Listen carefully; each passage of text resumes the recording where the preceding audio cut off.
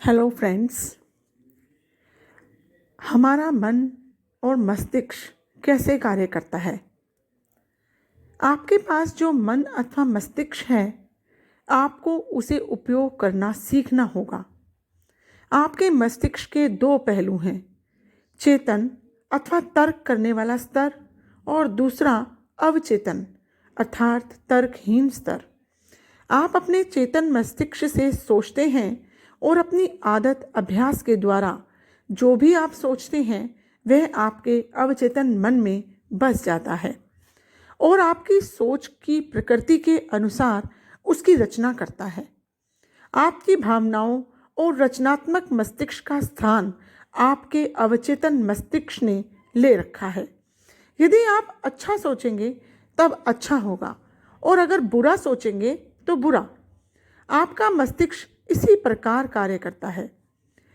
याद रखने योग्य यह एकमात्र मुख्य बात है कि अवचेतन एक बार आपका विचार स्वीकार कर लेता है तो यह उसे क्रियान्वित करना शुरू कर देता है। यह एक बहुत दिलचस्प और गूढ़ सत्य है कि अवचेतन मस्तिष्क के नियम अच्छे और बुरे पर एक ही तरह से कार्य करते हैं। अगर आप एक बार बुरा सोच लेंगे तो वह आपके अवचेतन मन में किसी के लिए भी अगर आप कोई बुरा अपना एक विचार बना लेते हैं तो आपके अवचेतन मन में उस बुरे विचार को निकालना बहुत कठिन हो जाता है। तो अवचेतन मन अच्छे के और बुरे के साथ एक ही तरह से कार्य करते हैं।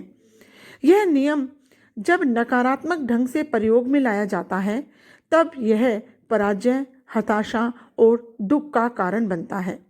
लेकिन जब आपके सोचने की प्रकृति सामंजस्यपूर्ण और रचनात्मक होती है तब आप एक उत्तम स्वास्थ्य, सफलता और समृद्धि का अनुभव करते हैं। सही दिशा में सोचने और अनुभव करने के लिए मानसिक शांति और स्वस्थ शरीर का होना बहुत जरूरी है। जिस चीज को आप मानसिक रूप से चाहत और सोच रखेंगे, आपका अवचेतन मन उसे स्वीकार कर आपके अनुभव को साकार करता है। जरूरी बात केवल यह है कि आपको अपने अवचेतन मस्तिष्क को अपना विचार स्वीकार कराना होगा। तब आपके अवचेतन मन का नियम स्वास्थ्य, शांति और जिस पद की कामना कर रहे हैं उसे फलीभूत करेगा। आपके आदेश को आपका अवचेतन उसी रूप में लाएगा जैसा विचार आपने उस पर गढ़ा है।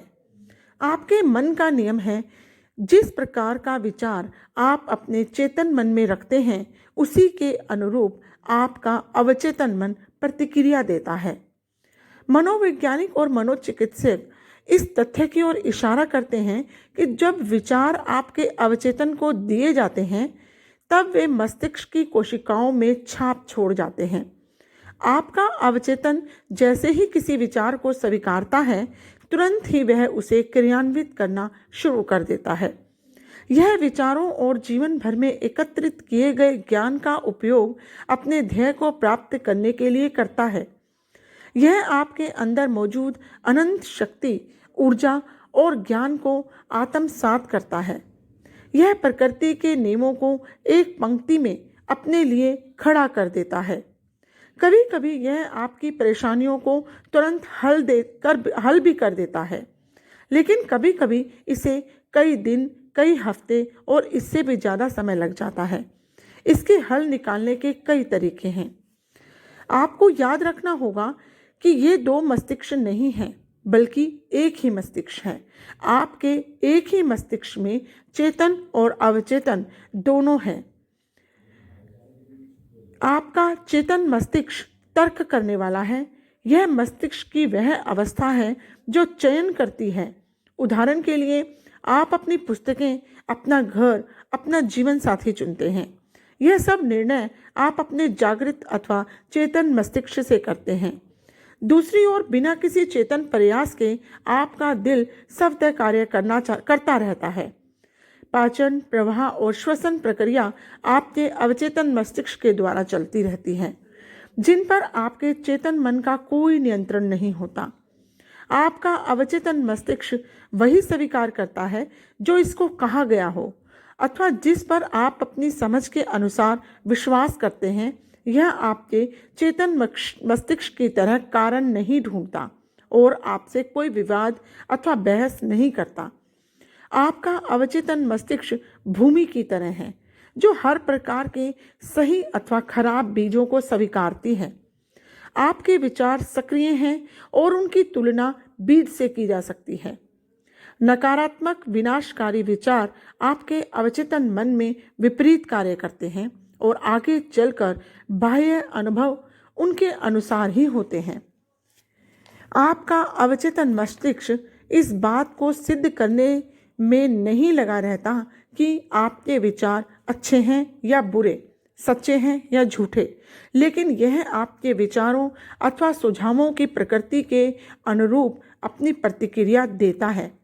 उदाहरण के रूप में, यदि आप किसी चीज को जानबूझकर सत्य समझते हैं, चाहे वह झूठी क्यों ना हो, आपका अवचेतन मस्तिष्क उसे सत्य मानकर क्रियान्वित करते हुए परिणाम लाएगा, क्योंकि आपने अपनी चेतना में इसे सत्य समझा था। इसलिए इस पर मनोचिकित्सकों ने बहुत से प्रयोग भी किए हैं। मनोचिकित्सकों और अन्य वैज्ञानिकों ने सम्मोहित लोगों पर असंख्य प्रयोग किए। उनमें उन्होंने पाया कि अवचेतन मस्तिष्क चुनाव अथवा तुलना करने में अक्षम है, जो किसी भी तर्कसंगत प्रक्रिया में जरूरी है। इस पक्ष को उन्होंने कई बार दिखाया कि अवचेतन मस्तिष्क किसी भी सुझाव को स्वीकार कर लेता है, चाहे वह असत्य ही क्यों ना हो। एक बार किसी सुझाव को मानने पर यह दिए गए सुझाव की प्रकृति के अनुसार प्रतिक्रिया देता है। अवचेतन मन के सुझाव पर इस सुविधा को समझाने के लिए यदि कोई अनुभवी सम्मोहन करने वाले व्यक्ति की सम्मोहित व्यक्ति को सुझाव देता है कि वह नेपोलियन बोनापार्ट, यहाँ तक कि एक बिल्ली अथवा कुत्ता है, तो वह उसकी सटीक नकल करेगा। उसका व्यक्तित्व कुछ समय के लिए बदल जाएगा। वह अपने उसी रूप पर विश्वास करता है जो उसे बताया गया होता है। एक कुशल सम्मोहनकर्ता अपने किसी एक छात्र को सम्मोहित अवस्था में कहता है कि उसकी पीठ में खुजली हो रही है, किसी दूसरे छात्र को कि उसके नाक से खून बह रहा है, किसी अन्य को कि वह संगमरमर की मूर्ति है, किसी और को कि वह ठंड में जम रहा है और तापमान 0 से नीचे है। प्रत्येक छात्र सम्मोहनकर्ता के बताए गए निर्देशों के अनुसार कार्य करना शुरू कर देंगे, इस तथ्य से एकदम अनभिज्ञ कि उसका माहौल उसके विचार के अनुसार नहीं है। यह सब साधारण उदाहरण आपके चेतन तार्किक मस्तिष्क और आपके अवचेतन मस्तिष्क के अंतर को साफ दर्शाते हैं। अवचेतन मस्तिष्क जो अवैयक्तिक चुनाव न करने वाला है और जो कुछ चेतन मस्तिष्क कहता है उसे सच समझता है। इस प्रकार आप विचारों, सोच और क्षेत्र का महत्व समझते हुए आशीर्वाद, उपचार, प्रोत्साहन से अपनी आत्मा को प्रसन्नता से परिपूर्ण कर दें। कभी कभी आपके चेतन मस्तिष्क को आपका उद्देश्य मस्तिष्क भी कहा जाता है, क्योंकि यह बाह्य विषयों को देखता है। उद्देश्य मस्तिष्क विषय परक दुनिया का ज्ञान रखता है। इसका निरीक्षण करने का माध्यम आपकी 5 भौतिक इंद्रियां हैं। आपका उद्देश्य मस्तिष्क आपके वातावरण के साथ संपर्क कराने में आपका मार्गदर्शक और निर्देशक है। आप अपनी 5 इंद्रियों के द्वारा ज्ञान प्राप्त करते हैं। आपका उद्देश्य मस्तिष्क निरीक्षण, अनुभव और शिक्षा से सीखता है। जैसा कि कहा गया है कि उद्देश्य मस्तिष्क का सबसे मुख्य कार्य तर्क करना है। कल्पना कीजिए कि आप हर वर्ष न्यूयॉर्क आने वाले हजारों पर्यटकों में से एक हैं।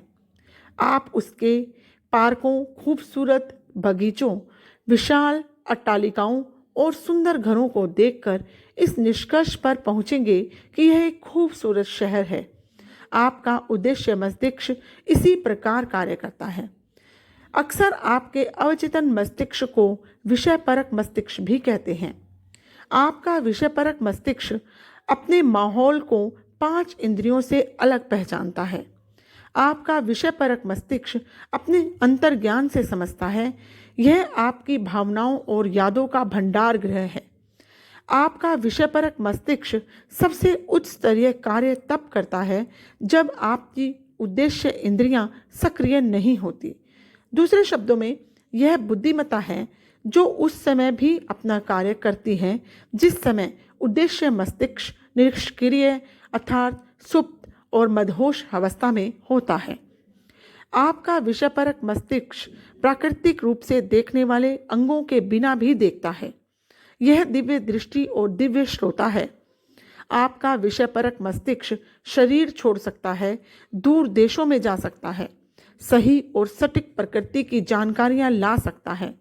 अपने विषयपरक मस्तिष्क के द्वारा आप दूसरों के मन को पढ़ सकते हैं, बंद तिजोरियों और लिफाफों के अंदर की विषय वस्तु को जान सकते हैं।